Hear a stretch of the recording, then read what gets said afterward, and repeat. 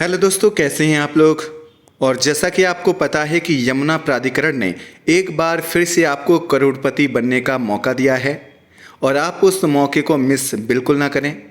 और करोड़पति आप कैसे बन सकते हैं, तो हम बता दें कि यमुना प्राधिकरण ने एक बार फिर से प्लॉटों की स्कीम निकाल दी है, जो कि दिवाली के दिन निकाली थी। और आप में से कई सारे लोगों ने फॉर्म भर भी दिए होंगे। और जैसा कि आप देख सकते हैं कि 451 प्लॉट की स्कीम निकाली गई है और इस बार सेक्टर है 24A। तो कई लोगों को पता नहीं है कि 24A कहाँ पर है, कैसा सेक्टर है। और आजकल मैं देख रहा हूँ कि कई सारे वीडियोस भी देखे मैंने आ रहे हैं और जिनमें 24A को दिखाया भी जा रहा है और उनमें बताया जा रहा है कि यहाँ पर सिर्फ खेत हैं, कोई जंगल बताता है, कोई डूब क्षेत्र बताता है। और एक तरीके से नेगेटिव वे में उस चीज़ को बताया जा रहा है कि आप यहाँ पर ना लें, इन्वेस्टमेंट ना करें, क्योंकि यहाँ पर पता नहीं कब विकास होगा, कैसा होगा, क्या होगा करके लोगों को गुमराह किया जा रहा है। तो कई सारे लोग हैं, वीडियो हैं, मैंने देखे हैं। तो देखिए, आप इन सब बातों में मत आइए, मैं सिर्फ इतना ही कहूँगा। तो पहले तो मैं प्लॉट्स के बारे में बात कर लूँ, फिर उसके बाद हम इस टॉपिक पर आएंगे कि आपको करना क्या है। तो आप जैसे देख सकते हो कि ये आप अखबार में कटिंग देख सकते हैं, आप पढ़ भी सकते हैं कि एयरपोर्ट के पास फिर घर बनाने का मौका, 451 प्लॉट की स्कीम लॉन्च। आप देख सकते हैं कि आपको 30 नवंबर तक आवेदन कर सकते हैं और 27 दिसंबर को होगा इसका ड्रॉ। तो 451 प्लॉट हैं और इनमें साइज़ भी मीडियम साइज़ प्लॉट हैं। मैं छोटे प्लॉट तो नहीं बोलूँगा इन्हें, क्योंकि कोई ये 60 मीटर, 40 मीटर और 90 मीटर के प्लॉट नहीं हैं, क्योंकि इनमें जो साइज़ है बेसिकली 120 मीटर है, 162 मीटर है, 200 मीटर है, 250 मीटर है और 260 मीटर है। तो मतलब ये साइज़ कोई छोटे साइज़ नहीं होते हैं और काफ़ी बड़े साइज़ होते हैं। तो मीडियम साइज़ बोल सकते हैं। अगर यमुना के बाकी प्लॉट्स की देखी जाए स्कीम, जिनमें 500, 300, 1000, 4000 और 2000 जो मीटर के प्लॉट हैं, तो उनके कंपैरिजन में आप इनको मीडियम साइज़ प्लॉट बोल सकते हैं। 30 नवंबर तक आप आवेदन कर सकते हैं और आगे पता नहीं कि अगर यमुना प्राधिकरण चाहे तो डेट को एक्सटेंड भी कर सकती है। और वो तो खैर हम उस चीज़ पर नहीं जाएंगे, वो तो उनका डिसीज़न होगा। लेकिन आप 30 नवंबर मानकर प्लॉट्स के लिए भर सकते हैं फॉर्म। आप यमुना प्राधिकरण की जो ऑफिशियल वेबसाइट है उस पर जाइए और वहाँ पर आप जिस साइज़ के लिए आप मतलब आपके पास पैसा है या जो भी है, आप उसके लिए फॉर्म भर सकते हैं। तो अगर आप देखें तो आप ये तो देख ही रहे हैं कटिंग पेपर की कि कहाँ पर कैसे क्या है। इसके अलावा हम ये आपको ये दूसरी एक कटिंग दिखाते हैं, जिसमें आप देख सकते हैं कि ये पूरा देखिए 24A में है, साइज़ भी दिए हुए हैं और इसके साथ में प्लॉट में कौन कौन से साइज़ में कितने कितने प्लॉट्स आए हैं। तो इसमें अब की बार जो है 250 मीटर और 260 मीटर के भी प्लॉट्स नज़र आ रहे हैं, जो कि जनरली पहले नहीं होते थे। तो और रेट भी देख सकते हैं आपकी, आपको 10% आपको जब फॉर्म भरेंगे तो आपको देना पड़ेगा 10%। तो ये सामने लिखा हुआ जैसे 120 मीटर के 3,10,800 रुपये हैं। 162 मीटर के लिए जब फॉर्म भरेंगे तो 4,19,580 रुपये हैं आपको। मतलब ये 10% है जो इनका आपको जब फॉर्म भरेंगे तो उस समय आपको उनको जमा करना पड़ेगा। और जब आपका प्लॉट निकल जाएगा तो आप उसके बाद आपको पूरा पेमेंट देना होगा। आप बैंक से लोन भी ले सकते हैं इसके लिए। तो 200 मीटर के लिए 5,18,000 है और इसी के लिए 250 मीटर में जाएँ तो 6,47,500 रुपये है। 260 मीटर के लिए जाएँ तो 6,73,400 रुपये है। और जो इसका जो सर्कल रेट है वो 25,900 है।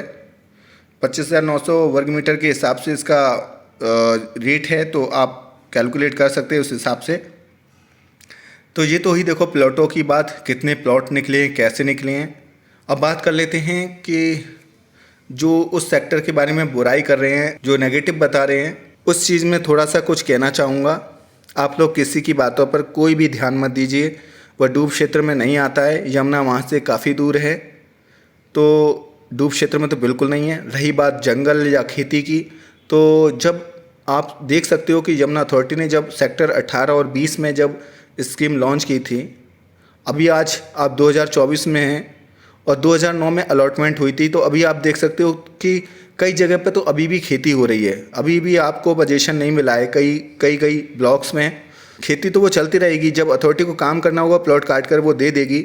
लेकिन एयरपोर्ट जब बन जाएगा या जो चीज़ें जब जिस हिसाब से प्लानिंग चल रही है अगर उस हिसाब से होगा तो इस बार इतना टाइम नहीं लगना चाहिए जितना टाइम 2009 की अलॉटमेंट से जो लगा है, क्योंकि उस समय काफ़ी सरकारें बदली और बहुत सारी चीज़ें ऐसी ऐसी हुई कि चीज़ें नहीं हो पाई उस समय टाइम से। और जब से एयरपोर्ट आया है तब से चीज़ें थोड़ा तेज़ी से डेवलप हो रही हैं, तो 24 में इतना टाइम नहीं लगेगा। आप लोग किसी की बातों में बिल्कुल ना आए, बहुत अच्छी अपॉर्चुनिटी है आपके लिए। आप आंख बंद करके फॉर्म भर दीजिए अगर आपके पास पैसा है तो, क्योंकि देखिए आजकल क्या है कि रीसेल में जो प्लॉट्स जो खरीदते हैं 300 मीटर 120 मीटर, आप रेट जानते हो इस समय छोटे प्लॉट्स में 1-1 लाख वर्ग मीटर के हिसाब से रेट चल रहा है। मतलब जो सर्कल रेट तो 25,900 है, लेकिन अगर आप ओपन मार्केट में खरीदने जाएंगे प्लॉट तो 1-1 लाख रुपए रेट है। आप सोचिए, अथॉरिटी तो आपको 25,900 के हिसाब से आपको ज़मीन दे रही है, वहीं पर सिर्फ थोड़ा सा आगे है, थोड़ा सा आगे भी क्या, रोड क्रॉस करने के बाद है, 22D से आगे है। तो आप लोग खुद सोचिए कि 25,900 और कहाँ 1-1 लाख रेट चल रहा है। अगर बड़े प्लॉट में भी जाएंगे तो 65,000 से लेकर 70,000 वर्ग मीटर के हिसाब से जो रेट चल रहा है, आप अंदाज़ा लगा लीजिए कितना अंतर है, डिफरेंस बहुत ज़्यादा डिफरेंस है। तो कोई, और आप सोचिए कि ओपन मार्केट में इस समय कस्टमर है नहीं लोग, क्योंकि scheme back to back scheme आती जा रही हैं, तो लोग उनमें स्कीम की वजह से जो ओपन मार्केट में प्लॉट बहुत कम खरीद रहे हैं, और जो लोग बस सिर्फ देख रहे हैं कि कोई आए कस्टमर हम उनको सेल करें।